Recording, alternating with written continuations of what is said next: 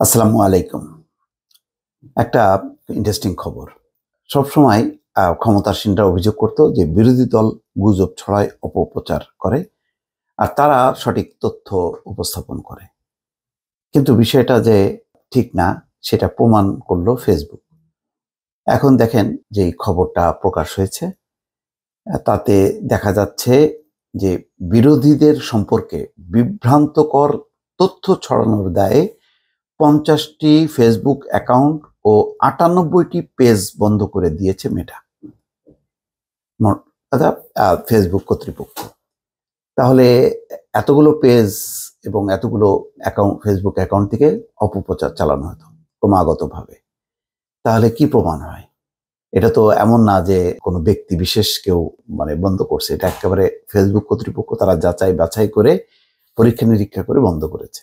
এখানে খবরে যেটা বলা হচ্ছে, ভুয়া অ্যাকাউন্ট খুলে বিরোধীদের সম্পর্কে বিভ্রান্তিকর তথ্য ছড়ানো দায়ে 50টি ফেসবুক অ্যাকাউন্ট ও 98টি পেজ বন্ধ করে দিয়েছে মেটা।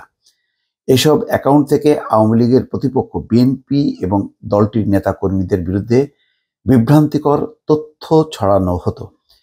প্রতিপক্ষের প্রতি হুমকি শীর্ষক প্রতিবেদনে ফেসবুকের মূল প্রতিষ্ঠান মেটা এই বিষয়টি তুলে ধরেছে। গত 29শে মে প্রকাশিত এই প্রতিবেদনে বিভিন্ন দেশ থেকে সংঘবদ্ধ অসত্য আচরণ অর্থাৎ কোঅর্ডিনেটেড ইন অথেন্টিক বিহেভিয়ার করার বিস্তারিত তথ্য প্রকাশ করেছে তারা। সংঘবদ্ধ অসত্য আচরণ হচ্ছে কোনো একটি লক্ষ্য অর্জনের উদ্দেশ্যে জনগণকে বিভ্রান্ত করার সমন্বিত চেষ্টা। যেখানে ফেসবুকে ভুয়া অ্যাকাউন্ট খুলে অসত্য বা বিভ্রান্তিকর তথ্য ছড়ানো হয়, এসব ভুয়া অ্যাকাউন্টের পেছনের ব্যক্তিরা একে অপরের সঙ্গে সমন্বয় করে কাজ করেন। মেটা বলছে, এই ধরনের বিভ্রান্তিকর তথ্য প্রচারের পেছনে জড়িত ব্যক্তিরা নিজেদের পরিচয় গোপন রাখত। একই সঙ্গে ওই ব্যক্তিরা যেভাবে কাজটি সমন্বয় করত সেটিও গোপন করার চেষ্টা করেছিল। কিন্তু পেছনের ব্যক্তিদের লিঙ্ক কোথায় সেটি মেটার তদন্তে বেরিয়ে এসছে। মেটা বলছে, জড়িত ব্যক্তিরা ক্ষমতাসীন আওয়ামী লীগ এবং centre for research and information বা CRI এর সঙ্গে যুক্ত, আওয়ামী লীগের গবেষণা প্রতিষ্ঠান। তবে মেটার প্রতিবেদনের বিষয়ে তথ্য ও সম্প্রচার প্রতিমন্ত্রী মোহাম্মদ আলী আরাফাত বলেন, ভুয়া অ্যাকাউন্ট ও পেজগুলোর পেছনের ব্যক্তিরা কিভাবে আওয়ামী লীগ ও CRI এর সঙ্গে যুক্ত তা মেটা উল্লেখ করেনি। তারা যে কারণগুলোর কথা বলছে সেগুলোর পক্ষে সুস্পষ্ট কোনো তথ্যও নেই। প্রতিবেদনটি স্ববিরোধী। আওয়ামী লীগের সমর্থক বিএনপির দুর্নীতি নিয়ে তো কথা বলবেই, কোন ব্যাপারটি অসত্য সেটা মেটা উল্লেখ করেনি। এটা হলো তথ্য প্রতিমন্ত্রীর বক্তব্য। তথ্য ও সম্প্রচার প্রতিমন্ত্রী বলছেন, বিএনপি জামাত যেসব অপপ্রচার চালায় সেগুলো কি মেটা পায়নি? তিনি বলেন, এই প্রতিবেদন মেটা করেনি। এই প্রতিবেদন তৈরির পেছনে বিএনপি জামাতের লোকেরা জড়িত। বাংলাদেশ থেকে ব্যক্তি বিশেষ এটা করে মেটাকে পাঠিয়েছে। মেটার উচিত এর বিরুদ্ধে তদন্ত করা। আওয়ামী লীগ সরকারের একজন প্রতিমন্ত্রী হিসেবে সব ধরনের তথ্য ও গুজবের বিরুদ্ধে তার অবস্থান রয়েছে।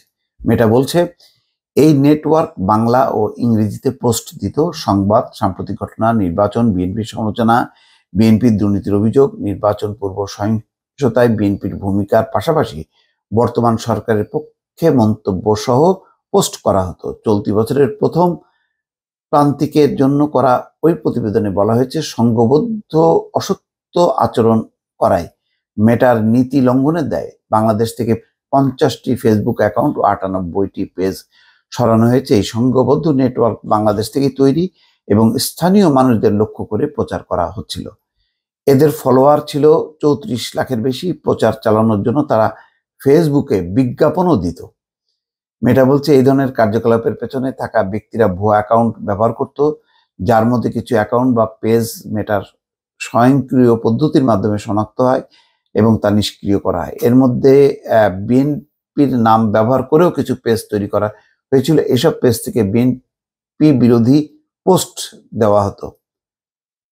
তো বাংলাদেশ ভিত্তিক নেটওয়ার্কটি ফেসবুকের পাশাপাশি অন্যান্য প্ল্যাটফর্মেও সক্রিয় ছিল উল্লেখ করেছে মেটা। তাদের তথ্য অনুযায়ী ওয়েবসাইটগুলোর মধ্যে রয়েছে bnppara.com, bdpolitico.com, bdpolitico.org, org, banglanewsbank.com, এরকম লন্ডন বাংলানিউজ.com, নানা সব জটিল নাম, আমি আর দর্শক আপনাদেরকে ইয়ে করছি না। তবে এটা ঠিক যে গুজব যারাই ছড়াক, সেই আওয়ামী লীগের পক্ষে হোক আর বিএনপির পক্ষে হোক, যেটা তথ্য প্রতিমন্ত্রী বলছেন সেটা অবশ্যই মেটার উচিত হবে।